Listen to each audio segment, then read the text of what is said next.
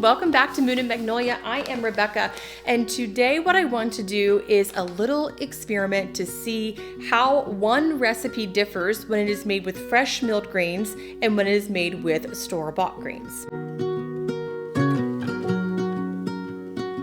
So I am making my sourdough maple oatmeal sandwich bread. I'll leave a link for that recipe in the description box. It's over on my blog at moonandmagnolia.com. So I'm following the recipe to a T, but the only difference is for the whole wheat portion, in one batch of dough, I am using fresh milled hard red winter wheat. And for the other batch of dough, I am following the same recipe, but instead of using fresh milled wheat, I'm using store-bought whole wheat, Pillsbury to be precise. So along the way today, I will share with you the recipe and we'll just look at the differences in the process, the dough, and the overall quality of the bread. To get started, I am making a soaker, which is simply an inclusion that is combined with water and set aside so that inclusion can soften. There are two types of soakers, hot and cold. This is a cold soaker because I'm using cold water. A hot soaker would be a cooked oatmeal, for example. So in this case, it is 1 cup of oatmeal and 1/2 cup of cold water. While the soaker hangs out in the background for a little bit, I am going to make the first batch of dough, which is a sourdough maple oatmeal sandwich bread, but this is going to be made with a fresh milled hard red winter wheat. For each dough, I'm just doing a half batch, but for the full recipe, you would use 150 grams of starter, 230 grams of whole milk, 90 grams of maple syrup, 14 grams of olive oil, 100 grams of whole wheat flour, 375 grams of bread flour, and 10 grams of kosher salt. I put these right into the bowl of a stand mixer and then I use a dough hook to knead them. It takes about 10 to 15 minutes. It varies depending on the flour, as you'll see later in the video, but I let the stand mixer do the work for me. Okay, this is after about 5 minutes of kneading. It's feeling pretty good. It is a little bit sticky, as you can see here, but the thing about those fresh milled grains, which I hear a lot in like YouTube videos and blogs and stuff, is that they absorb more water, but it takes a little bit of time. So before I add any more flour, I think I'm gonna let this knead for a few more minutes and let all of that fresh wheat and the bran and the germ absorb some of that extra hydration. And if it's still sticky, then maybe I'll add some more flour, but it's pretty close to perfect. I am going for the window pane test now, and simply that just tells you if the gluten has developed enough. I have a full blog and YouTube tutorial about that. I'll link those in the description box. Not yet. So what we want is for the dough to be able to stretch and see light through it, but without tearing, and that obviously did not pass. So we have a few more minutes, but in terms of the stickiness, I actually think it's feeling pretty good. So I am not going to add any extra flour to this.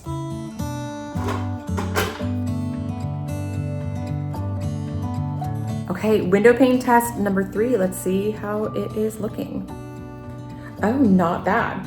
Okay, so I think that that is good enough for me at this point because I can see light through there. It might be a little hard for you to see, but at the right angle, you can see light coming through there. This passes the window pane test. So the next thing to do is we're gonna add the oatmeal and then we will get on with the other loaf of bread with regular whole wheat store-bought flour. When I put the oatmeal in with the dough, what I like to do is knead it in by hand just for like 30 seconds or so. And it does get a little bit sticky because that oatmeal has been soaking in the water. So what I like to do is put it in the stand mixer for just 45 seconds, maybe a minute, if that, and let it mix in. And if it's still really sticky, I will put a little flour in there just to help with that, but a little bit of extra hydration isn't necessarily a bad thing because it will make a slightly softer bread. So as long as it's not like really sticky and soupy and stuck to your hands, I really just kind of let it be a little sticky at this point. And by the time the bulk fermentation's done, it's totally fine. Okay, so it did get pretty sticky, and I think that's actually too sticky. So I'm gonna put a tablespoon of flour in here and just let it absorb some of that moisture, and then we'll be on our way to bulk fermentation. That is feeling and looking good. So the texture of this dough is a little funky once you get the oatmeal in there because it creates some like hard spots because of course there is oatmeal in there. So don't let that alarm you. We're still just looking for a dough that's a little tacky but not sticking to your hands, and we got that.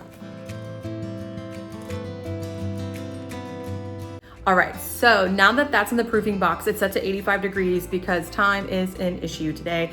I am going to get the other bread dough going. It's the exact same recipe and same process.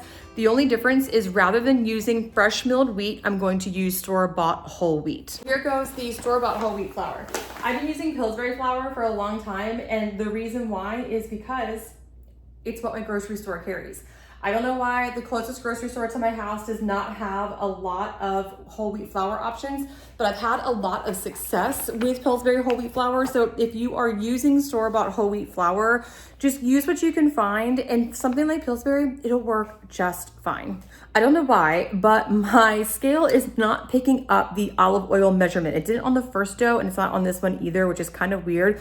But because I have my recipes in both grams and in cups, I know that what I need should be close to a half a tablespoon of olive oil, so I am eyeballing it. So if something like that happens to you, over on my blog at moonandmagnolia.com, I have the ingredients in weight and in cups, so you can use either one. So the deal with bread flour is it creates a lighter and fluffier product because it has a higher protein content. And I mentioned this on a recent YouTube video that you would think that because it's a stronger dough, that it would be a tougher product. But what happens is that protein creates a stronger dough, which can hold more air pockets, which ultimately creates a softer and fluffier loaf of bread. And I know I need close to about a teaspoon of salt, and this spoon is a teaspoon, so I also just kind of eyeball the salt. No big deal. This is after a few minutes in the mixer, and what I can tell in comparison to the dough made with the fresh milled flour is that it is not quite as sticky, and that's kind of what I anticipated because this will absorb water a little bit faster because it doesn't have all of the bran and the germ in it. So far so good. I'm glad I caught that. That would have been a huge bummer if I dropped it. So this has been in the mixer for a couple more minutes, and one of the things I'm noticing about this in comparison to the dough with the fresh milled wheat is that it's getting closer to the window pane test faster and it's stretchier. So probably my guess is that it's because it doesn't have all that bran and germ in it. It is not achieving the window pane test yet, but this is only after I'd say 5 minutes. And I took about 10 minutes for the other dough to get to this point. So it's definitely a little more glutinous at this point than the fresh milled wheat flour dough is. This is a pretty beautiful and pillowy dough, and it passes the window pane test. Let me see if I can find the right, there you go. I can see some light coming through there.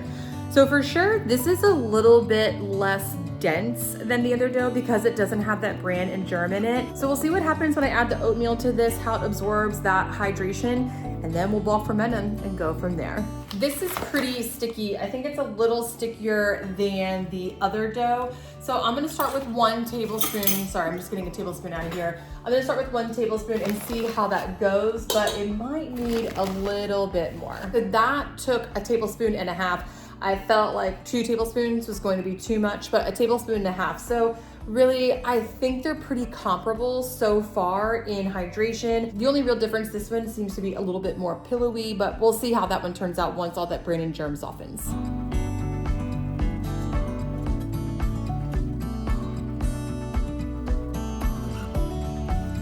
The dough has a number of hours to bulk ferment, so I thought now would be a good time to share with you a little bit of information about wheat and flour, because nerd alert. I'm really into wheat and flour. So here's the thing about flour that's pretty interesting. So flour is made by crushing and grinding the wheat berries. And the wheat berry has 3 parts: the endosperm, the germ, and the bran. When we use things like white flour and bread flour, It is just the endosperm that goes into that product. It is the most delicious, but the least nutritious part of the wheat berry. When you buy things like store-bought whole wheat, for example, like I've used in the second batch of dough today, it does have some of the other parts, particularly the bran in the flour, but the reason why they take most of that out is because it increases the shelf life, and it also appeases modern taste buds.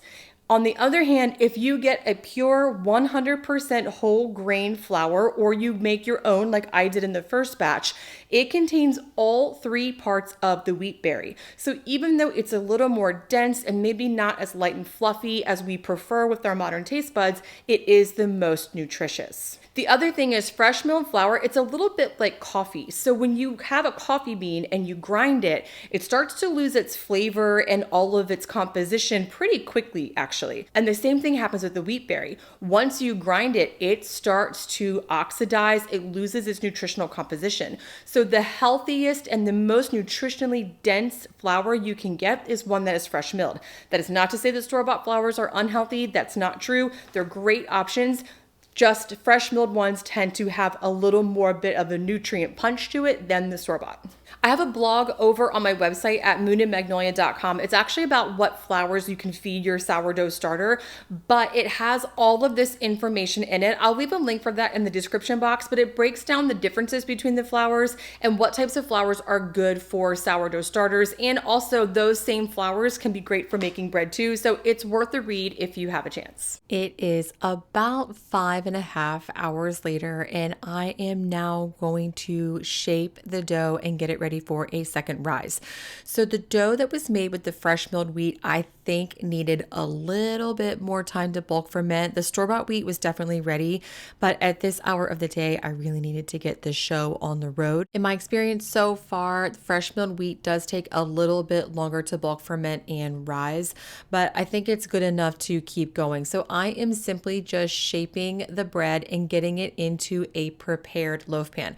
Now these are really tiny little loaf pans, and every time I've made bread in them, my bread's kind of comically tall, but they get the job done, especially for something like this where I'm doing little half loaves. So once I get these shaped and in the loaf pans, I'm putting them back into my proofer, and I have my proofer set pretty high because at the time of recording this, it's 8 p.m. and I still have to wait for them to rise and then bake them and cool. So I have the temperature set to like 86 degrees, I think right now, to speed that process up.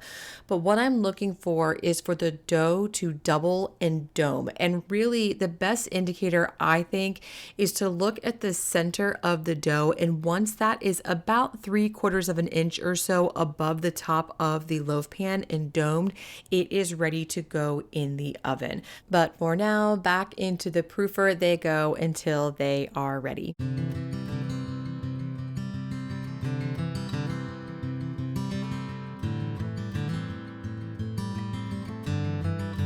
I am simply just taking a wet hand and wiping the top of the dough so that way when I sprinkle on the oatmeal, it sticks and it will stay on while it bakes. And I have the oven preheated to 450, but when I put the dough in, I drop it to 400. One thing to keep in mind is that this dough does have milk in it, so it browns. So usually when I make this, I have to cover it with foil around the 25-minute mark. I actually didn't need to this time. I'm not really sure why, but when you make this, just keep that in mind and check it around 20 to 30 minutes and make sure it's not getting too brown. I baked these for 45 minutes at 400 degrees and they turned out beautifully. So you can see here when I cut into them, the first one I'm going to cut into is the fresh milled wheat. It has a really beautiful crumb. I'll talk a little bit about the texture in just a moment, but you can see it is still light and fluffy the way you would want a sandwich bread to be. And then this one is the store-bought whole wheat, and you can tell even the color is a little bit different, but it's nice and squishy. It's 11 p.m. and my family's asleep and I am wrapping up this bread. So the verdict is these are both delicious and they are comparable, but they differ a little bit. This is the bread with the fresh milled flour and it definitely has a different flavor to it. It has more depth of flavor and a nuttier flavor to it and maybe a little less of that sourdough taste.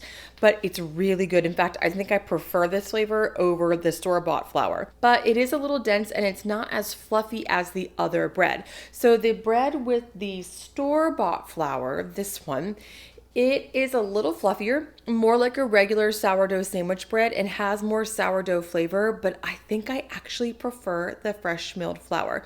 So I think what this really underscores is that you can't go wrong. If you don't have a grain mill, you can have delicious sourdough sandwich bread with store-bought flour. And if you do have a grain mill, it won't be so different that you feel like you're eating something that you don't like or that you aren't used to. Now, I have not tried a full loaf of bread with 100% fresh milled flour. From my understanding, that's a whole different ballgame. We will get there soon, I'm sure. But for now, I feel really confident that whether you use a little bit of fresh milled flour or a little bit of store-bought whole wheat in your sourdough sandwich bread, you will love your bread. If you want to start a sourdough journey and you don't know where to begin, download my free guide to making and using Sourdough Starter. It is a 30+ page ebook that walks you through all the steps of making a sourdough starter, making your first loaf of bread, sourdough discard recipes, and more. Also, the best way to stay in the know of all the Moon and Magnolia happenings is to sign up for the email list. I'll leave a link for that in the description box. When you're on the email list, you will get links to all of my recipes, posts, tutorials, videos, and more directly to your inbox. Thanks so much for stopping by today, and I will see you again next time.